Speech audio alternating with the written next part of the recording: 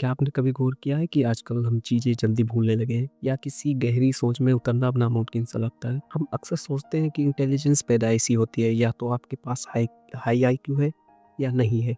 पर साइंस कुछ और ही कहती है। आपका दिमाग एक मसल्स की तरह है। इसे आप ट्रेन कर सकते हैं या फिर इसे आप एक ऑर्डिनरी ब्रेन की तरह छोड़ सकते हैं। आज हम 4 डेली हैबिट्स की बात करेंगे जो दीमक की तरह आपके इंटेलिजेंस, फोकस और मेमोरी को ख़त्म कर रही है।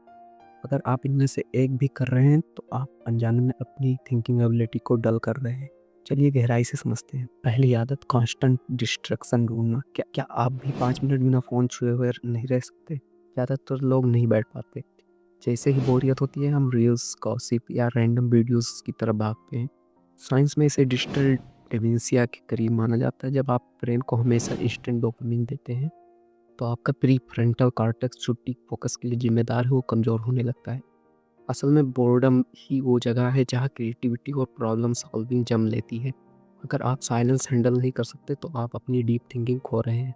निष्ठप, लाइन में खड़े हों या वॉक कर रहे हों तो फ़ोन को जेब में रहने दें।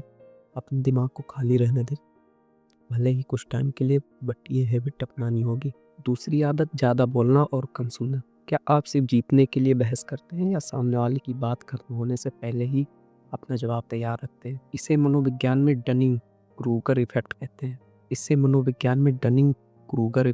हैं। जहाँ कम जानकारी वाले लोग खुद को सबसे ज़्यादा ज्ञानी समझते हैं। स्मार्ट लोग जानते हैं कि हर इंसान से कुछ ना कुछ सीखा जा सकता है।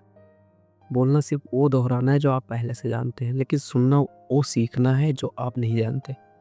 तो अगली बार किसी बातचीत में हो तो बोलने से पहले 2 सेकंड का पॉज़ लें और सवाल पूछें। तीसरी आदत, मुश्किल चीज़ों से भागना। जैसे ही कोई नई स्किल, प्रोजेक्ट कठिन लगता है उसे हम छोड़ देते हैं। हमें लगता है कि हम इसे करने के लिए स्मार्ट नहीं हैं। इसे फिक्स्ड माइंडसेट कहते हैं, लेकिन हकीकत ये है कि आपका ब्रेन न्यूरोप्लास्टिसिटी पर काम करता है। स्ट्रगल ही वो सिग्नल है जिससे ब्रेन के न्यूरॉन्स नए कनेक्शन बनाते हैं।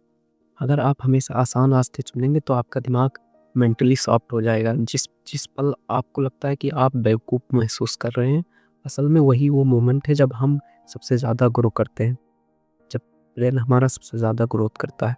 हर हफ्ते एक ऐसा काम करें जो आपको कंफ्यूज करे या डिस्कम्फर्ट को गले लगाए। लाइक जैसा कि मैंने पहले ही कहा था कि ब्रेन डेवलपमेंट एक बॉडी डेवलपमेंट के ही समान है। जैसे कि आप मसल्स को जिम जाके ट्रेन करते हैं, हार्ड हार्ड चैलेंजेस लेते हैं जिससे मसल्स डेवलप होती है, सेम तरीके से ब्रेन भी है। तो ब्रेन को जितने हार्ड चैलेंजेस दोगे उतना ही वो डेवलप करेगा। चौथी और सबसे खतरनाक आदत, ये मान लेना कि मैं सब जानता हूँ। जब जिज्ञासा यानी क्यूरियोसिटी में आ जाती है तो इंटेलिजेंस का ग्राफ नीचे गिरने लगता है। दुनिया के महानतम फिलोसोफर सुकरात ने कहा था, I know one thing that I know nothing. Smart लोग हमेशा एक बिगनियर की तरह रहते हैं।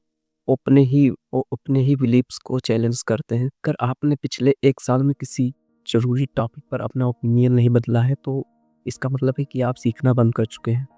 खुद से पूछें, क्या मैं सच में सही हूँ या सिर्फ सही दिखना चाहता हूँ? तो सारांश यह है कि कम इंटेलिजेंस जीन से नहीं बल्कि इन आदतों से आती है। डिस्ट्रैक्शन फोकस को मारता है, अहंकार जिज्ञासा को मारता है और आराम ग्रोथ को मारता है।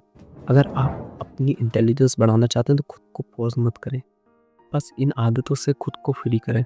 कमेंट्स में बताएं इनमें से कौन सी आदत आप अनजाने में कर रहे थे। अगर इस वीडियो ने आपको सोचने पे मजबूर किया तो इसे लाइक करो। ऐसे ही सेल्फ अवेयरनेस कंटेंट के लिए सब्सक्राइब करें।